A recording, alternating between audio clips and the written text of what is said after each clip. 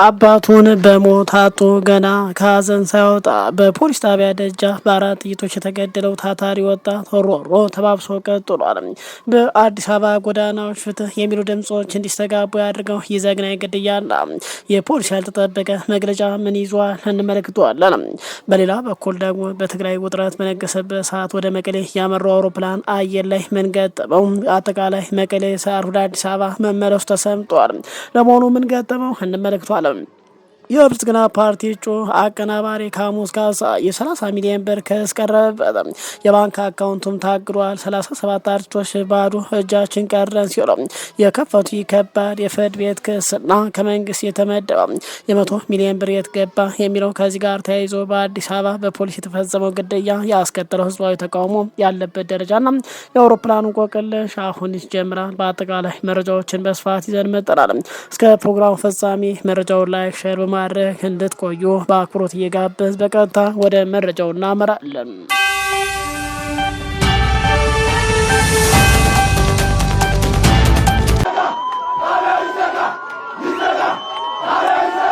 በአዲስ አበባ ወጣቱ በጠራራ ፀሐይ በፖሊስ መገደሉ ተከትሎ ተቃውሞ ተባብሶ መቀጠሉ ተሰምቷል። ከትናንት በስቲያ አዲስ አበባ ፖሊስ ጣቢያ በራፍ ላይ አንድ ወጣት በአሰቃቂ መንገድ በፖሊስ 4 ጥይቶች መገደሉ ተከትሎ በአዲስ አበባ ግድያውን በመቃወም ህዝብ ወደ አደባባይ መውጣቱ ተገልጿል። በተለይ ባለፉት 7 ዓመታት በእስር በእገታ በኑሮ ውድነት መፈናቀል ሲሰጋ የከረመው የአዲስ አበባ ህዝብ ወደ አደባባይ መውጣቱ መንግስትን መቃወም መጀመሩ ተገልጿል። ትናንት ግድያውን ተከትሎ መገደል በቃ፣ መታሰር በቃ፣ የህግ አካላት ለህግ ይገዙ የሚሉ ተቃውሞ ድምጾች ሲያሰሙ ታይተዋል። ይህንን ዘግናኝ ተከትሎ ግድያ ተከትሎ በመቶ የሚቆጠር ወጣት ወደ አደባባይ ወጥቶ ሲቃወም ግድያውን በተመለከተ ፖሊስ በርካቶችን ያስደነገጠ መግለጫ ሰጥቷል። በአዲስ አበባ ሽሮ ሜዳ ተብሎ በሚጠራው አካባቢ በአንድ ወጣት ላይ በፖሊስ የተፈጸመ ግድያ በርካቶችን አስቆጥቷል።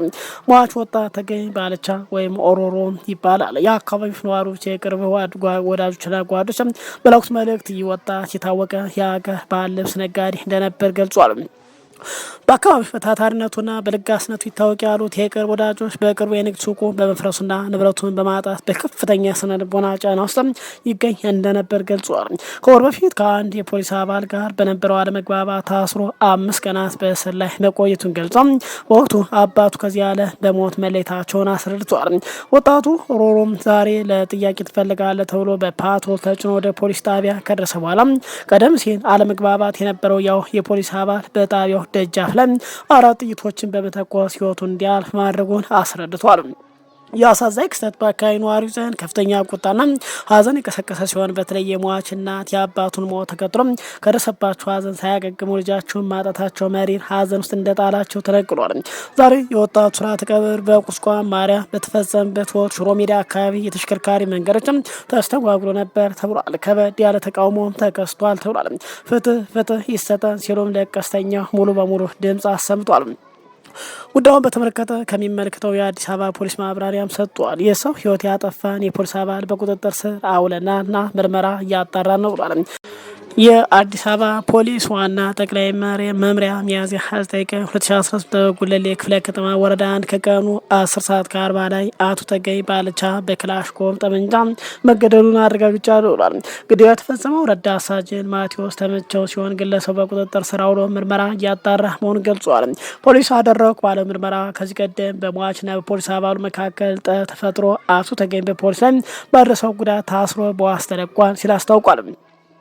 ይህ በእንዲህ እንዳለ በዕለቱ ሟች በሌላ ወንጀል ተጠርጥሮ በፖሊስ ተይዞ ወደ ፖሊስ ጣቢያ ከሄዱ በኋላ ከመኪና ወርዶ ወደ ውስጥ እንዲገባ ሲጠቀም አልገባም በሚል ግብግብ በመፍጠራቸው በአካባቢ ግርግር አጠቃላይ አጋጥሞ ነበር ሲል ፖሊስ ይገልጻል።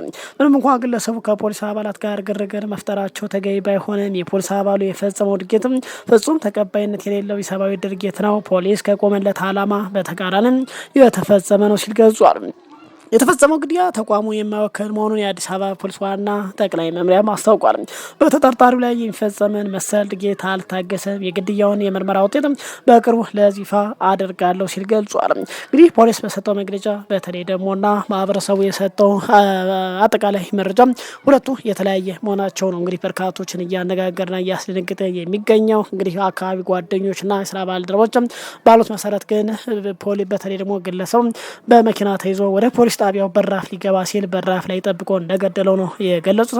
አጠቃላይ ፖሊስ ደግሞ ለፖሊሱ እንግዲህ በአጠቃላይ ጠበቃ ለመሆን ሞክሯል ማለትም በርካቶች እንግዲህ ተቃውሞ አሰምተዋል። በአዲስ አበባ እንግዲህ በበርካታ ቦታዎችና በአዲስ አበባ ብቻ ሳይሆን በሌሎች አካባቢ በሶሻል ሚዲያ እንግዲህ ተቃውሞ ተጠናክሮ ቀጥሏል። በዚህ ጉዳይ ላይ የራሳችሁን አስተያየት እንድሰጡን በአክብሮት የጋበዝን። ወደ ቀጣይ መረጃ እናምራ። ወደ ትግራይ መቀሌ ያመራው የኢትዮጵያ አየር መንገድ አውሮፕላን መቀሌ ሳያርፍ መመለሱ አነጋግሯል። ከሰሞኑ ህወሓት ወደ ስልጣን ማማ ዳግም ማምጣቱ ተከትሎ በትግራይ ውጥረቶች ባየሉበት ሰዓትም የኢትዮጵያ አየር መንገድ አውሮፕላን ዛሬ ወደ መቀሌ ቢያመራ መቀሌ ሳያርፍ መመለሱ ተገልጾ ነበር። ይህን በተመለከተ እንግዲህ አየር መንገዱ ምላሽ ሰጥቷል። በተለይ ዛሬ ግንቦት 1 ቀን 2018 ዓ.ም ጠዋት ወደ መቀሌ ሲጓዝ የነበረ የኢትዮጵያ አየር መንገድ በረራ መቀሌ ሳይደርስ ወደ አዲስ አበባ መመለሱም አነጋጋሪ ሆኗል።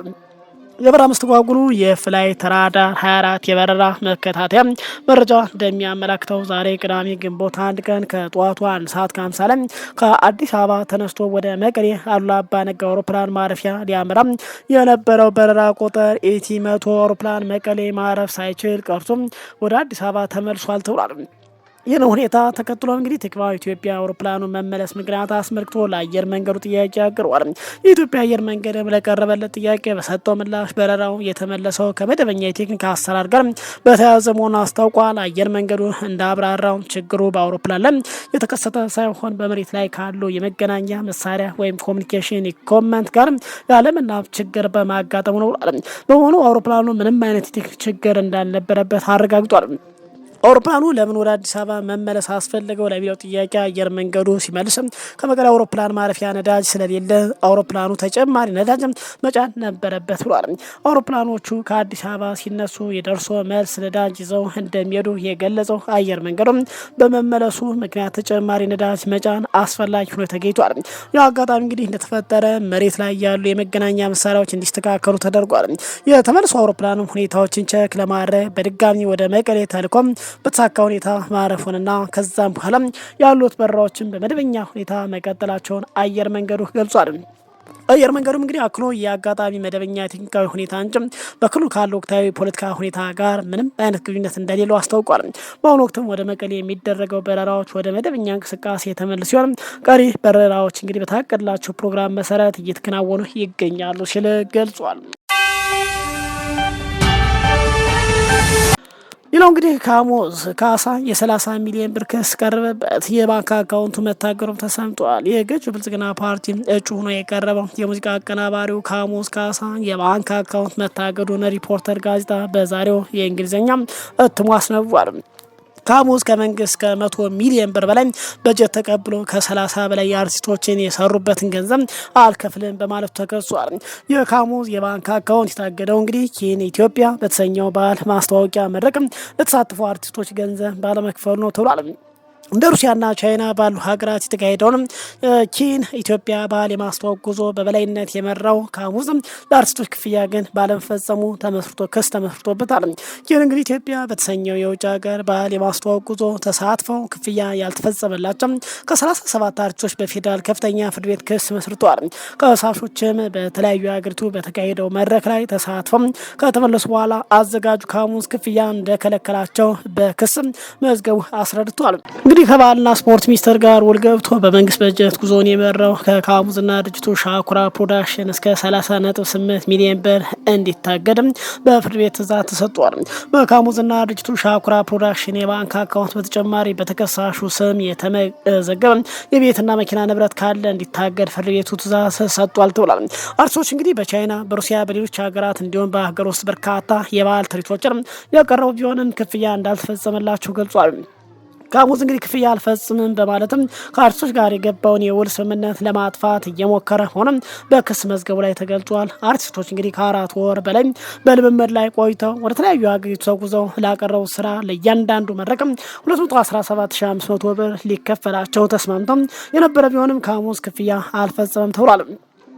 በአጠቃላይ ለካሙዝ ከ100 ሚሊዮን ብር በላይ የከፈለው የባህልና ስፖርት ሚኒስቴር አቤቱታ ቢቀርብለትም አይመለከተኝም እንዳላቸው አርቲስቶች ተናግረዋል። ሚኒስቴር መስሪያ ቤቱ እኔ የካሙዝ አጋር እንጂ ቀጥታ ቀጣሪ አይደለውም በሚል ለሻኩራ ፕሮዳክሽን ደብዳቤ ከመጻፍ ባለፈ መፍትሄ ሊሰጣቸው እንዳልቻለ ጠቁሟል። እንግዲህ በዓለም መድረክ ላይ ኢትዮጵያውያን ለማስተዋወቅ ሄደን ወደ ሀገራችን የተመለስነው ግን ባዶ እጃችን ነው ሲሉ ከከሳሽ አርቲስቶች አንዱም ለሪፖርተር ጋዜጣ ቅሬታውን አሰምቷል። ቅሬታቸውን በካሙዝና በ100 ሚሊዮን ብር በላይ በጀት በመደበው የባህልና ስፖርት ሚኒስቴር ምላሽ ባለማግኘቱ ጉዳይ ወደ ፍርድ ቤት አምርቷል ተብሏል። በካሙዝ የሚመራው ይህን የኢትዮጵያ የባህል አስተዋዋቂ ቡድን ጉዞ ገና ከጅምሩ ያሉና ሙስና ክስ ይቀርብበት ነበር። የዝግጅቱ አካል የነበሩ አርቲስቶች ጉቦ መክፈል ባለመቻላቸው ከጉዞ እንዲቀሩ መድረጋቸው መገለጹ ይታወሳል። ታዲያ ይህ የአዳነች አቤቤ ምክር ቤት ተመራጭ የመካከለኛ ትምህርት ባለቤት መሆኑ የተነገረለት ካሙዝ ካሳ ላይ የደረሰው እገዳ በአዳነች ትዕዛዝ እንግዲህ ይለቀቅለት ይሆን ወይስ ደግሞ ፍርድ ቤቱም የበላይነቱን ያረጋግጣል? ወደፊት የሚታይ ይሆናል። እንግዲህ ካሙዝ ቀጣይ በ7ኛው ምርጫ ላይ ብልጽግናን ወክሎ በአዲስ አበባ የምክር ቤት አባሉ ለመሆን እንግዲህ ተመራጭ ነው። በአጠቃላይ ግን ይህንን ጉዳይ በርካቶችም ያለመከሰስ መብት አለው ከወዲሁ። ስለዚህ እሱን መጠቀም ይችላል እያሉ የተለያዩ አስተያየት እየሰጡ ይገኛሉ። ክቡራን አድማጭ ተመልካቾቻችን የሰዓቱ መረጃ ይመስላል። ከሰዓታት በኋላ በሌላ መረጃ እንገናኛለን። እስከዛው በያላችሁበት ሰላም ቆዩን።